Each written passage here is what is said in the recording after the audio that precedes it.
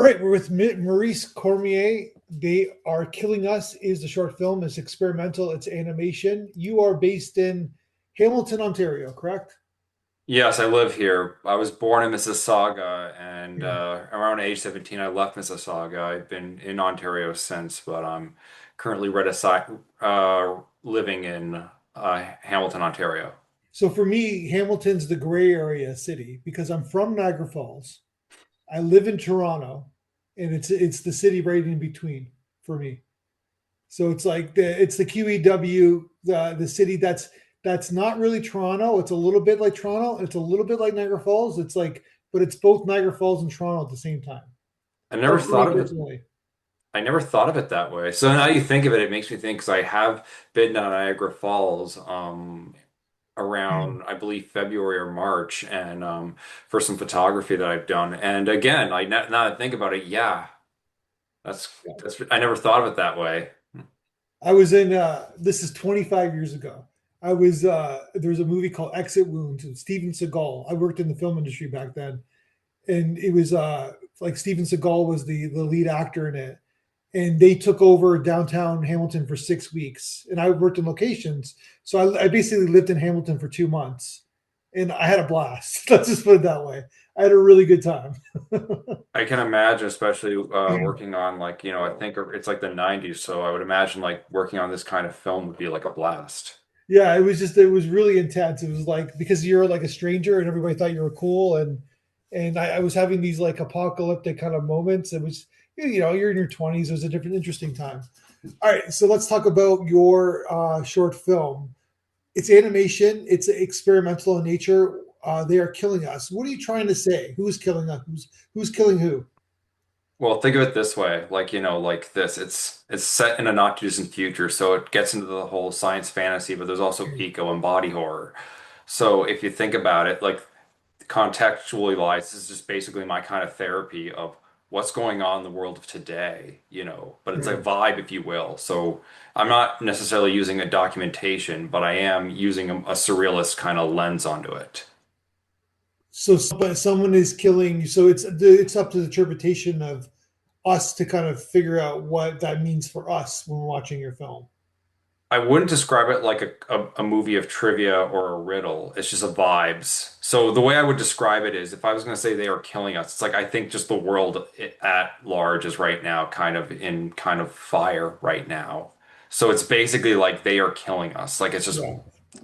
all like, and that can be from anything from like CEOs to billionaires to executives to like even ourselves basically if you think about it because we're kind of like and the whole genesis came up during like 2020 and I'm like and this is and as it gone on with what's going on with George Floyd the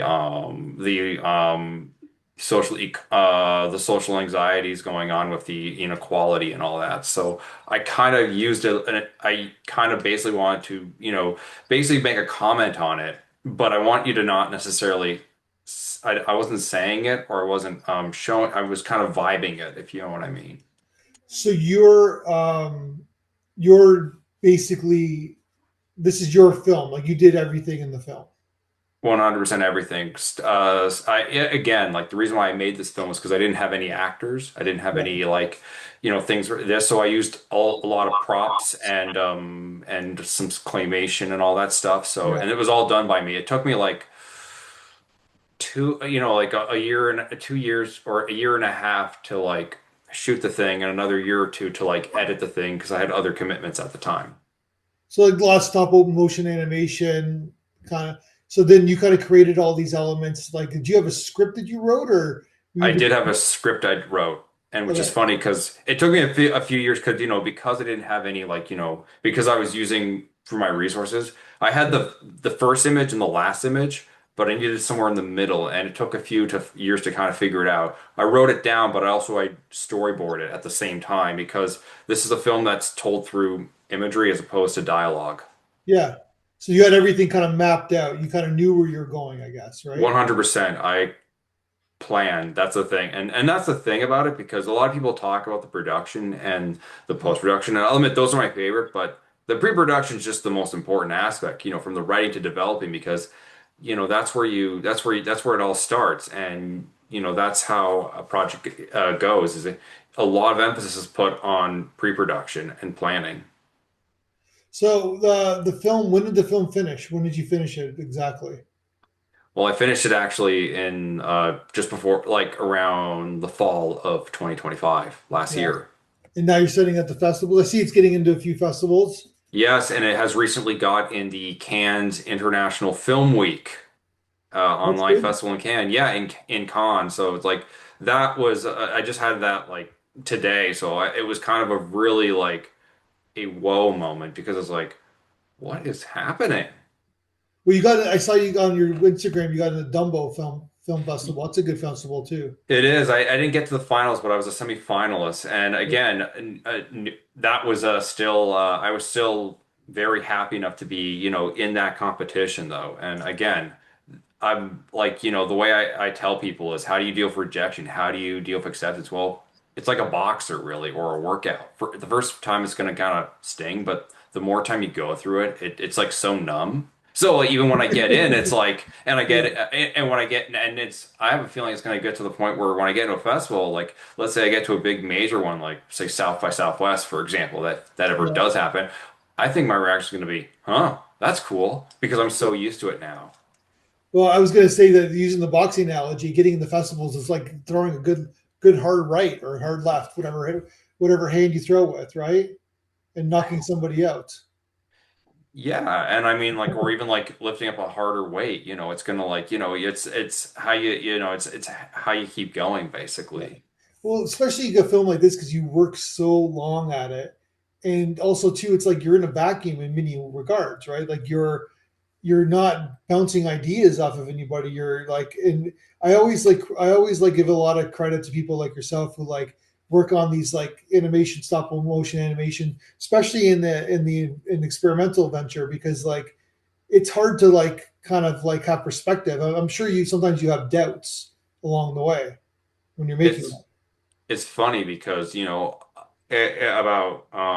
anyone who thinks about having doubts and all that stuff. Because, one thing, you have to realize the benefit of being an experimental filmmaker is you're allowed to fall. You're allowed to like get up and fall and try things. And and also like and when it comes to like doubts. Sure, I get some, it's funny because the previous two scripts I'd given were like, the first one was, I was looking for feedback, but by the time I got to this, it was like, I just kind of had to trust my gut, in my opinion. And I don't mean that in like ego or narcissism, but just like, you kind of have to know, okay, this is the film that I want to make. And I'm obsessed with tone, so this is the tone I want to go with. And it also took some time because sometimes, like, there's the great, and because again, like, I didn't finish the script till like 2020, late 2023 or late 2024 when I finally figured that middle part out. So it's kind of like a puzzle, when you're creating because you're trying to like, especially with narrative or non-narrative film that has a flow because you want it to kind of make sense and flow. You don't you also and also but what I did ask for feedback was when I finished the film because it had gone through a few cuts. Is this going slow? Is this too long?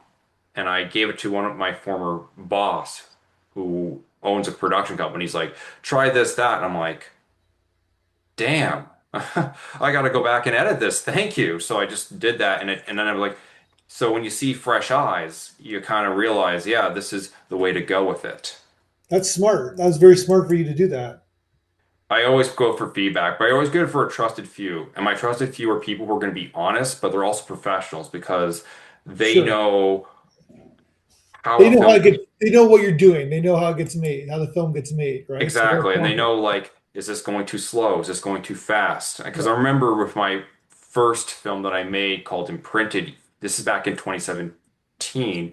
Yeah. I gave it to a friend, and he was like, "Cut this one scene out." I took the one scene out, put it in, and all of a sudden it paced better. Just taking Yeah. that one scene out can do it. It could be the same as adding a scene, basically, if it wants to create more context or better pacing. Yeah. It's tone is interesting, right? Like it just the little tweaks here and there. just changes the whole tone and like emotion of the film. It's amazing, right? It's kind of why I say, production and post-production are two of my favorite aspects because it's about journey. If you think about it, you're figuring out you think you have it through the script and figure, but once you go through the production, I think especially in post-production, you start to really figure out what this film actually is going to be. Yeah, it is amazing. Were you worried that like they are killing us is like a kind of like a obviously a token to what's happening in the world today? Were you worried when you were making it that like the world was going to get really good and everything was going to get figured out and there's going to be no wars and your film would be like dated? I don't think so. I kind of think it's the first time I asked this. I don't think so because like I say, I it's was called. kind of saying it tongue in cheek, but yeah, go ahead. Well, it's called it's was dubbed as a possible future because even if like the world was kind of getting better, there's still stuff that's happening around, like like climate change and all that stuff. And Yeah, so it's like I don't think like a perfect there could be such thing as a perfect world or a better world, maybe a better world, but like I don't think it would be dated. And and to be fair, like every piece of work is a product of the time. So I don't know how that could happen in like that snap of a button that, oh, everything's kind of normalish, if you can even define what normal is. yeah, But what I can say is if there was if something was a lot better, I think I'd be making a different kind of movie. I mean, who knows? Maybe like, maybe I would start, I don't know, making a different kind of movie that still had something to say, basically. Because I always think that, there's no such thing as a perfect world, but there's a world you can like strive to be better, basically. 100%. So tell me, I want to talk to you about the sound design, and like the overall sound in the film. Nicely done. You did this yourself as well, right?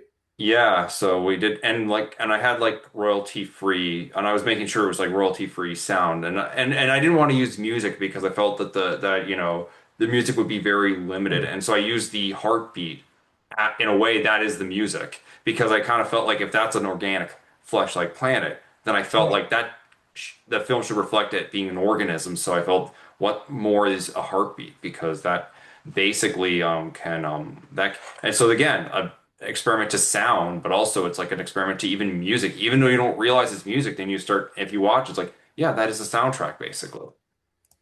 yeah, nicely done. And did that take you a long time to Thank you. figure out your exact sound design in the film? Yeah. Did you? And another question is that did you do the film edit, the picture edit first, or were you doing the sound design as you were doing everything else? At that point, I actually, because I wrote down all the notes, I figured I knew Yeah. while filming it that it was going to have that heartbeat because I felt like, I just, once that came in there, I was like, that is perfect. So that way it was edited. I didn't whiff the sound of that in mind, basically, as opposed to like, one way or the other or trying to then figure out last minute, basically. Yeah. No, nicely done again. And Thank you. I mean, curious. You got people are like listening, watching this on YouTube. Are you got the Captain America behind your shoulder there? Are you a big Captain America fan? I'm a big comic book fan, really. Yeah. Yeah. So this one is actually an art by Jim Sterlenko. Jim Sterlenko is a famous comic artist. He did cover work for like Raymond Chandler novels. He did the concept art for Indiana Jones, Raiders of the Lost Ark, and I think he may have worked on Francis Ford Coppola's Dracula.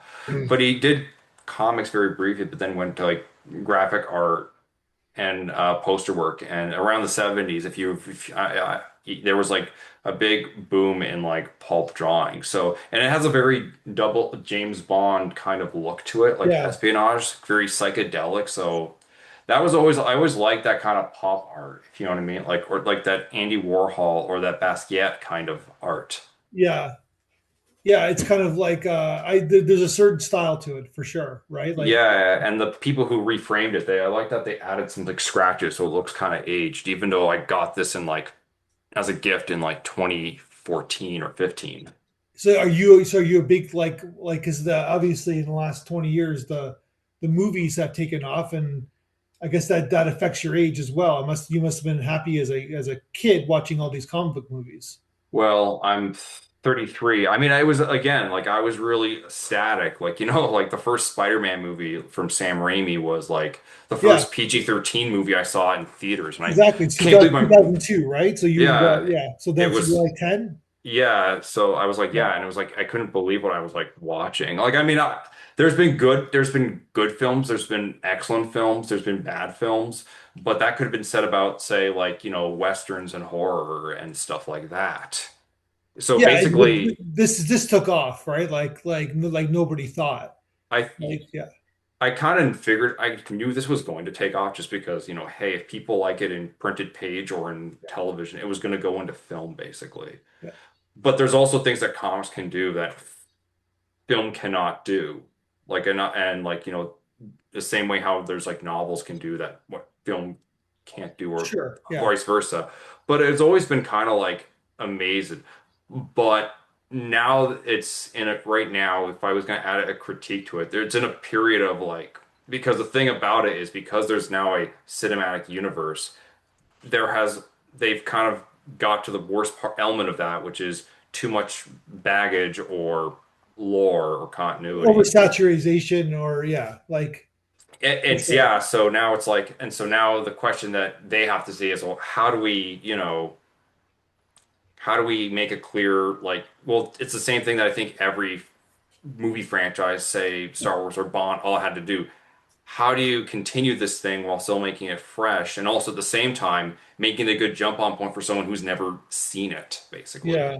And there's been solutions about that. So it's not like doom and gloom, basically. Well, I I think think the Marvel, they kind of just make stuff up. It's like, well, this is that world, and then this is that universe. It's like the Spider-Man, right? Where like, oh, that was that world that he's living in, and then that guy's living in that world. It's like, come on. Like well, for me, I'm not subjectively, it was like, well, the thing about it was I always liked the multiverse because you can just do whatever the hell you that's what I want. mean. It's like, but Well, not you can make things up if we by right. having that, right? Well, Yeah, I mean, like, look, like one of my favorite books is The Dark Knight Returns yeah, and Batman Red Ring, where they do stuff that like they can't do in the main one, like kill off Batman or kill or just do things that are permanent because because if you look at like they don't have to worry about oh, is this gonna like change the character's look or design or whatever or this, and at the same time they can redesign it without having to mess with the low with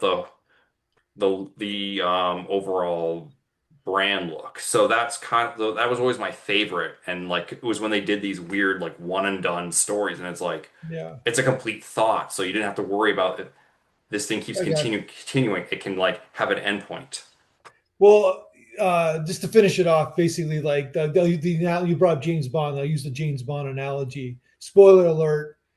If I apologize to anybody, but he does die in the last movie, and but they're going to make another James Bond, right? Like They're it's just like gonna reboot him. I mean, we that's what I got mean. Danny That's the what I'm movie. trying to say. They could reboot it. It does. You don't have to create a different universe. No, well they can do like the way I kind of see it is like different universes. It's a different like paint canvas at the end of the day. It's like how there's this black and white movie called Wages of Fear, and then William freaking comes in and remakes it as Sorcerer, which is Yeah, like just bloody brilliant. The same way how John Carpenter took Howard Hawks' thing from another world and made it his own, the thing. So I kind of view it just the same thing. Someone makes a yeah. reinvention of that, and it's such a powerful work that it kind of seeps into like it kind of I wouldn't say the word replace, but it kind of like it kind of it becomes its own wholly new entity basically. Like it's almost like it's like making something new even though it's something coming from a previous idea. Gotcha. By the way, The Wages of Fear. People don't know 1953. What a great movie. It's like almost a perfect movie, right? And then I And saw Sorcerer, and then in theaters, I actually saw it when William Friedkin died, and I was like, you got to see it in theaters. Like people were like shocked about the yeah, deaths. I don't want to spoil like a death scene where it's like you like these characters, even though some of them are very questionable or yeah, horrible, and it's like, and it just it's kind of like what I would argue if you're gonna, it basically just took the basic idea and just yeah. made it its own. And also just gorgeous music by Tangerine Dream. Like that you should just even if you don't have the film, you should try to find the soundtrack because it's just so gorgeous. This is Sorcerer you're talking about. Yeah, Sorcerer's soundtrack So, by Tangerine Dream. It but is but okay, so Wages of Fear is Sorcerer, but basically Wages of Fear, so much has been taken from that movie, from terms of story structure, in terms of like style from that movie, like in later movies, right? Like, Yeah, and Freakin' says this is a basically he just said it was like doing a yeah, new Shakespeare adaptation when because he said it's yeah, based loosely based on the story. This they just changed the set characters yeah. and changed the setting slightly, but it's the same basic premise of men trying to Exactly. put these But like dynamite. with that kind of concept of the four men kind of figuring shit out, like that's sort of like been done. It's been done many times, right? Like, but anyways, so you're a big. So it looks like you're a big movie fan. Like you're a I, big I'm big. storytelling fan. Yeah, Yeah, I'm big film fan. yeah, Big. That's why I think I make movies. I'm a big film fan. I'm a big painting fan, photography fan. I yeah. just like the idea of the concept of narrative and story and art. That's kind of like my thing. So put me in a gallery, put me in a like coffee shop, put me in a bookstore. I'm gonna have a freaking blast. That's amazing. No, because because you make like, you're a comic book guy. Like it's like I'm like, but which is kind of mainstream. I'm talking about like in the lens of the average person. It's a mainstream kind of world, and then you work on these experimental films, which is the opposite of the mainstream. So I kind of like that diversity that you have. Well, I plan on doing going to Yeah, like even though I kind of consider They Are Killing Us also a horror film. Like I have a few horror projects it I want to is. It make. could you could submit to horror festivals with this film and get Yeah, accepted. the thing about it is that they want a particular kind of film, Yeah, and I have to respect them for that because like this, but like, at the same time, I kind of like because I'm a huge David Lynch fan and David Cronenberg, like and like all these and like Alejandro Jodorowsky yeah, and all these like different like creatives, and I think what they did I like about them is that they took risk, and I think that's what I admire about experimental is you're taking risk at the same time, because you're low budget, you can afford that risk. Say, yeah. unless, say, compared to like a blockbuster No, or that's what I've a always. war film, where you have a bunch of money men and I saying, "Is this going to get Yeah, be done on time and a certain way?" I always said that's what short films should be about. It should be about like experimenting and like taking chances and exploring the medium, the filmmaking medium. Like, don't make a mainstream short film. That's what like you can, but what I'm trying to say is that this is what, and the irony is that this is what people are looking for, right? Like they want to see what you can do. Like they want to see something unique, right? So And what that, you did in this film, thank you. I mean, like I always try to like the way because I'm in Hamilton where they shoot a lot of like stuff. they do. And they shoot like and but sometimes I get the advice that you should try to go safe, and I feel like like I mean not against the person's wishes, but I think you should give like a person a chance to like like because I feel like we if I have that if there's one thing I would like to improve in the industry is like I think we kind of need to create like like sports in a way, like we gotta if there's a young kid who's talented, we'll give him say a low budget cheap film set in one or two locations or this. And because it's low budget, it's kind of risk free. I know because it's like I'm trying to think of it like convince like because I guess it's show business, but I feel like this kind of thing is not. I mean, it's risk story wise, but not risk like money wise or commercial wise in a Yeah, way. 100%. Whereas and with art films, like I'm posting this like I'm not gonna make a trailer of it, but I'm sure as heck gonna make the damnest best film that I can make. Yeah, and you did. Well, congratulations on the film. It looks like it's getting in the festivals. You're just starting. And yeah, we're honored to show it. And congratulations. Just so Thank you. simple as that. Thank you. I mean, Go Hamilton. yeah. I mean, it's a hey. I do like to go to Toronto at times, well, especially if a festival like that. I'm gonna go. I mean, I'm like to just and again, I'm all down for Q&As because like like ask me anything. Cool. All right, man. In that note, we'll talk to you soon, and looking forward to chatting with you in the future. And make another film, please. Make another film. Keep making movies. That's all I can say. Well, I'll tell you this: if you like, They Are Killing Us. I have a spiritual successor waiting to be made, along with a few little horror and even a documentary or two. Go for it. Keep doing it. All right, let's talk soon when you make your next film. We'll be at it. Thank you for having me.